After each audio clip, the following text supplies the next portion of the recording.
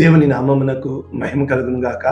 ప్రభునందు ప్రియులరా, మన ప్రభువు రక్షకుడునైన క్రీస్తు యేసు పరిశుద్ధ నామంలో మీ అందరికీ శుభములు.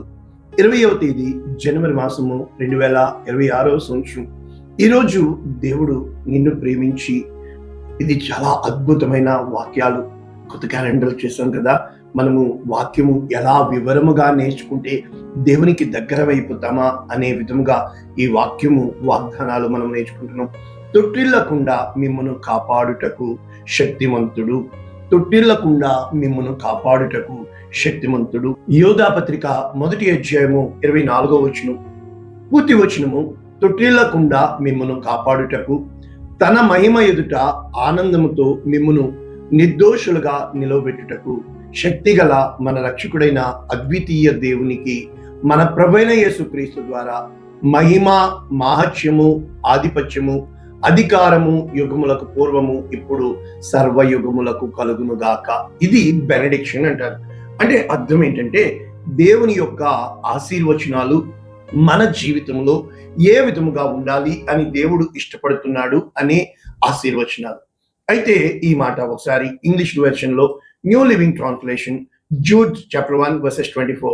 Now all glory to God, సర్వ మహిమ దేవునికి చెందును గాక, who is able to keep you from falling away and will bring you with great joy into his glorious presence without a single fault. అంటే మీలో ఎటువంటి దోషము లేకుండా గొప్ప సంతోషముతో, ఎటువంటి చిన్నది కూడా మీలో డాగు మచ్చ లేకుండా దేవుని ఎదుట మిమ్మల్ని సమర్పించాలని ఇది వాక్యభావం. అయితే ఇప్పుడు ఈ యోధా పత్రిక ఒకే అధ్యాయం. అయితే ఈ యాకోబు గారిని, యోధా గారిని యేసుక్రీస్తు సహోదరులు అని అంటూ ఉంటారు.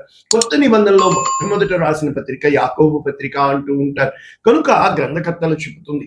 ఏది ఏమైనప్పటికీ ఇక్కడ వచనాలు మనం చూసినప్పుడు యోధా గారు ఒక్క అధ్యాయమైన చాలా గొప్ప వాక్యాలు ఉన్నాయి. యేసుక్రీస్తు దాసుడు, యాకోబు సహోదరుడైన యోధా. చూసారా, ఇక్కడ యాకోబు, యూదా అన్నదమ్ములని చెప్పబడుతుంది. కనుక తండ్రి అయిన దేవుని యందు ప్రేమించబడి యేసు క్రీస్తునందు భద్రము చేయబడి పిలువబడిన వారికి శుభమని చెప్పి రాయింది.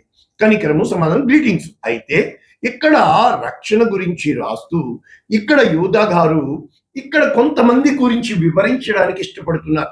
అంటే సిద్ధపరచబడిన ఆ గుంపును వేరేగా వక్ర మార్గంలో తీసుకొని పోయి భక్తిహీనులు, దురాశపరులు, ఈ యొక్క ప్రకృతి రీత్యగా మనుష్యులను కొనియాడి వారి యొక్క వక్ర బుద్ధితో వీరిని దేవుని యొక్క జ్ఞానము నుండి వేరుపరిచేసేవారు. కనుక జాగ్రత్త కలిగి ఉండుడి అని చెప్పడానికి ఇక్కడ ప్రయత్నం చేస్తున్నట్లు మనము చూస్తున్నాం. కనుక ఇక్కడ ఎలాగా పోలుస్తున్నాడు అంటే సొదొమ గొమొర్రాలను తెస్తాడు, తర్వాత హానోకు గురించి చెప్తాడు, ఎన్నో విషయాలు. అయితే వీరు ఎటువంటి వారంట?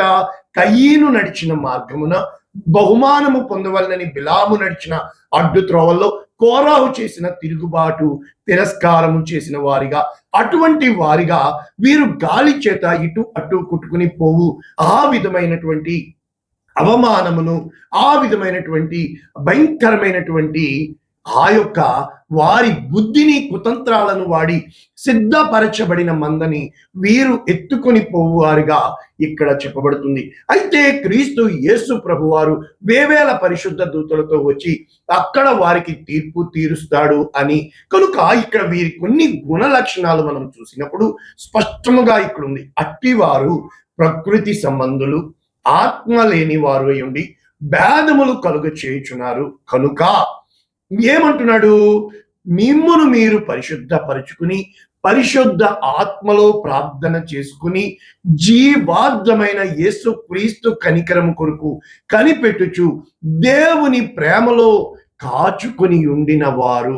కనుక అట్టి వారి మీద కనికరపడి వారిని అగ్నిలో నుండి లాగి రక్షించాలి. కారణం ఏంటంటే వారి అపవిత్ర ప్రవర్తనకు ఎంత మాత్రము వారిని వదిలిపెట్టకుండా. ఎందుకని అంట? వీళ్ళు ఏమి చేస్తారని ఇక్కడ దేవుని యొక్క వాక్యం సెలవిస్తుంది. ఈ మూర్ఖులు ఎటువంటి భేదములు కలుగ చేస్తారు అని చెప్పబడుతుంది. అని అంటే తమ దుర ఆశల చొప్పున నడుచుకొనుచు లాభము నిమిత్తము మనుష్యులను కొనియాడుచు సనుగువారు. కాబట్టి డంబమైన మాటలు, గొప్ప మాటలు, అయిన అసలైన వారిని నిందించుచు చాలాసార్లు కొంతమంది తీర్పులు తీరుస్తూ ఉంటారు. ఆ తీర్చే తీర్పులు ఎలా ఉంటాయంటే పైనుంచి చూచేవాడికి ఏం తెలుస్తుంది? నిండా మునిగిన వాడికి తెలుస్తుంది. అంటేనండి పాస్టర్ గారు, నీవు నాతో పాటు ఉండి అసలు లోపల ఏం జరుగుతుంది అనేది తెలిస్తే ఆ రోజున అక్కడ ఏం జరిగిందో తెలీదు.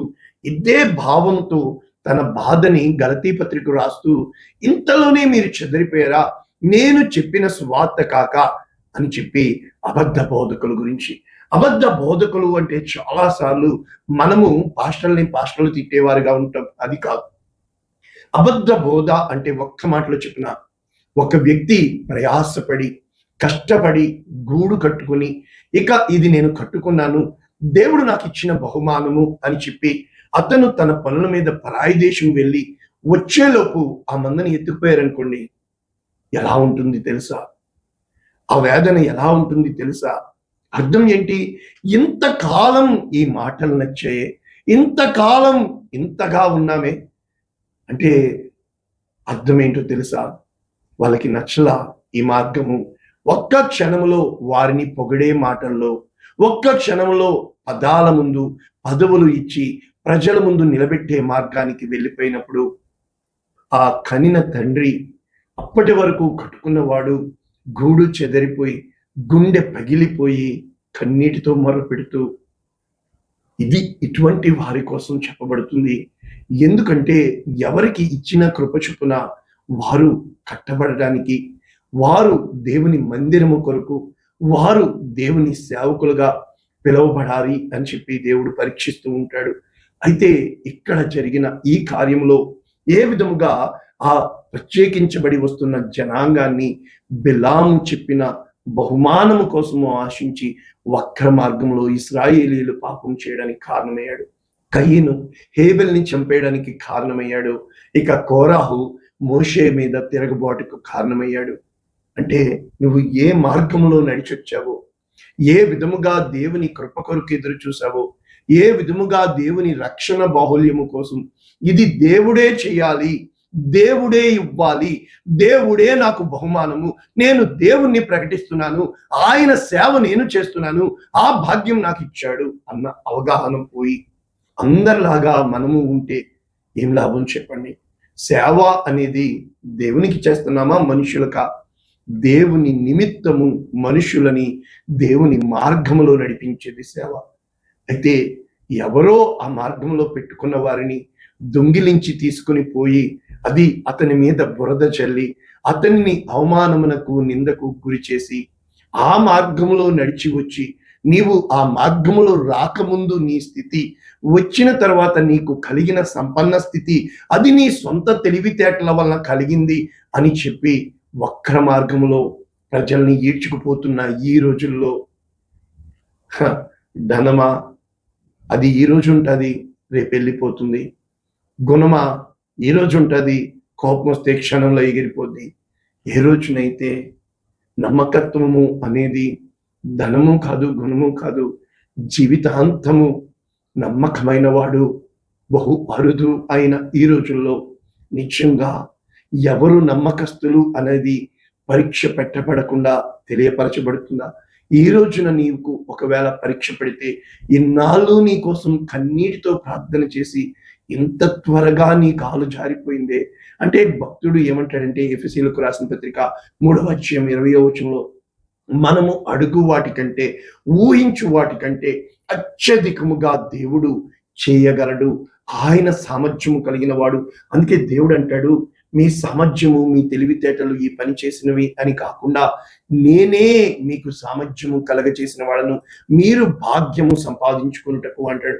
అదే విధంగా రోమీలకు రాసిన పత్రిక 16వ అధ్యాయము మనం చూసినప్పుడు దేవుని యొక్క మర్మము ఏ విధముగా ఉన్నది అని ఇక్కడ పౌలు రాస్తూ, మిమ్మును స్థిరపరచుటకు ఆయన సామర్థ్యము కలిగిన వాడు, he is able to strengthen you అంటే నీకు బలము ఇచ్చుటకు, నిన్ను నిలబెట్టుటకు, పెంట కుప్పల మీద నుండి దీన దరిద్రులను పైకి లేవనెత్తి ప్రజల అధిపతులతో గర్విష్ఠులను సింహముల నుండి, ఆ సింహాసనముల నుండి కూలద్రోయువాడు ఆయనని, కనుక ఇక్కడ ఫిలిప్పీయులకు రాసిన పత్రిక 1:4 అంటాడు, మీలో ఈ సత్క్రియ ప్రారంభించిన వాడు కొనసాగించునని.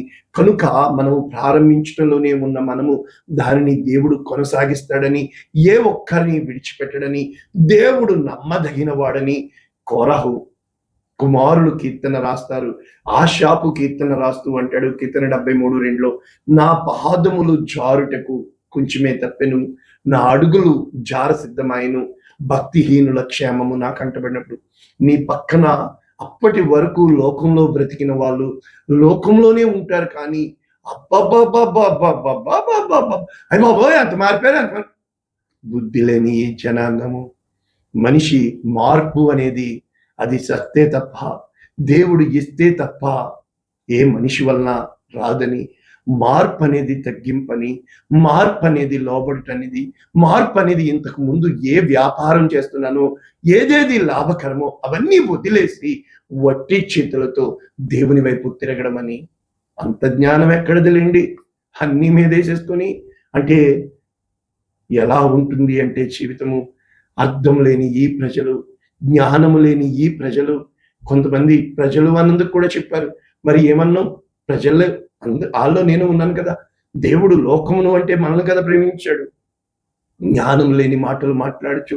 కనుక వారి క్షేమము కంటపడినప్పుడు ఎంతగానో ఈ ఆసాపు కృంగిపోయినప్పుడు అక్కడ తను చెబుతాడు, నేను ఎంతగా ఆలోచించానా, అయ్యో ఆకాశమందు నీవు తప్ప మరి ఎవ్వరూ నాకు లేరు అని చెబుతూ తనకి క్షణమాత్రములోనే వారు కాలు జారిన చోటనే ఉన్నారు, వారి బ్రతుకును నీవు తృణీకరించదువు, అయ్యో నేను తెలివి లేని వాడినై వ్యాకుల పడి ఉన్నాను, క్షమించుము దేవా అంటాడు. అదే విధంగా కీర్తనకారుడు 116:7 కూడా, నా ప్రాణమా యెహోవా నీకు క్షేమము విస్తరింపచేసి ఉన్నాడు, తిరిగి నీ విశ్రాంతిలో నీవు నెమ్మదిగా ఉండు అంటూ దేవుడు చేసిన గొప్ప మేలులు, మరణము నుండి నా ప్రాణమును, కన్నీళ్లు విడవకుండా నా కన్నులను, జారి పడకుండా నా పాదమును నేను తప్పించాను.